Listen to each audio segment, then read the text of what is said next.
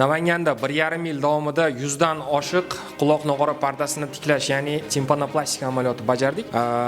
Bularning aksariyati bu yosh bolalarda 6 yoshdan boshlab 7-8 yoshgacha. Mana hozir bo'layotgan amaliyotimiz ham 8 yoshli bolamizda ustozimiz quloq qirqmasdan, teshmasdan, qulog'imizni kesmasdan quloq nog'ora pardasi tiklash amaliyotini hozir olib bormoqdalar.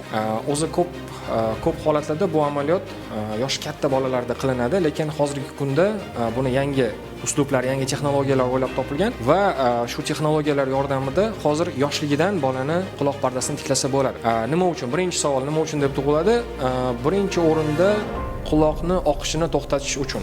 Masalan, hozirgi qilayotgan bolamizda ham amaliyot har yili kamida 3 yoki 4 marta ikkala quloq ham oqadi va yiliga 3-4 martalab o'sha Pop tumanida vrachlarimiz yordamida bu quloq davolanadi va quritiladi. Endi oqqan quloq bu albatta ko'plab asorat beradi. Birinchi va eng yomon asoratlardan bittasi bu quloqni sekin-sekin bora-bora eshitishini pasaytirib boradi. Mana bugun Xudo xohlasa shu bolamizda quloq nog'ora pardasini tiklaymiz. 2 hafta davomida kuzatib boramiz va 2 haftadan keyin sizlar bilan yana natijasini bo'lishamiz.